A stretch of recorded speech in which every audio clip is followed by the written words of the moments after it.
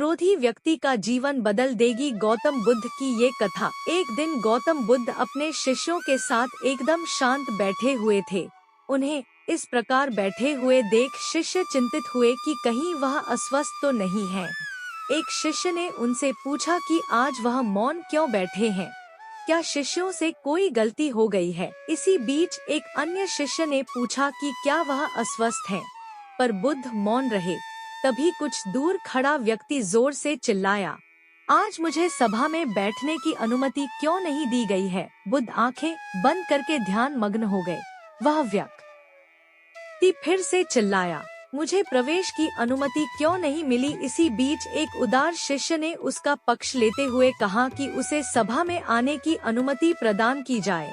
बुद्ध ने आंखें खोली और बोले, नहीं, वह अछूत है, उसे आज्ञा नहीं दी जा सकती। यह सुनकर शिष्यों को बड़ा आश्चर्य हुआ।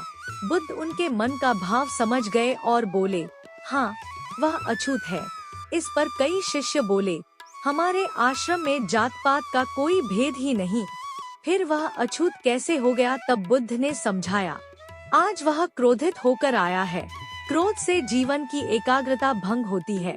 क्रोधी व्यक्ति प्राय मानसिक हिंसा कर बैठता है, इसलिए जब तक वह क्रोध में रहता है तब तक अछूत होता है। इसलिए उसे कुछ समय एकांत में खड़े रहना चाहिए। क्रोधित शिष्य भी बुद्ध की बातें सुन रहा था। पश्चाताप की अग्नि में तप कर वह समझ चुका था कि अहिंसा ही मनुष्य का महान कर्तव्य व परम धर्म है। वह बुद्ध के चरणों में गिर पड़ा और कभी क्रोध न करने का प्रण लिया।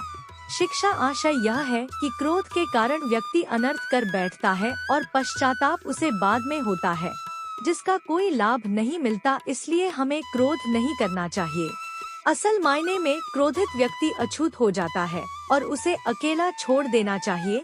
क्रोध करने से तन, मन और धन तीनों की हानि होती है। क्रोध से ज्यादा हानिकारक कोई और वस्तु नहीं है।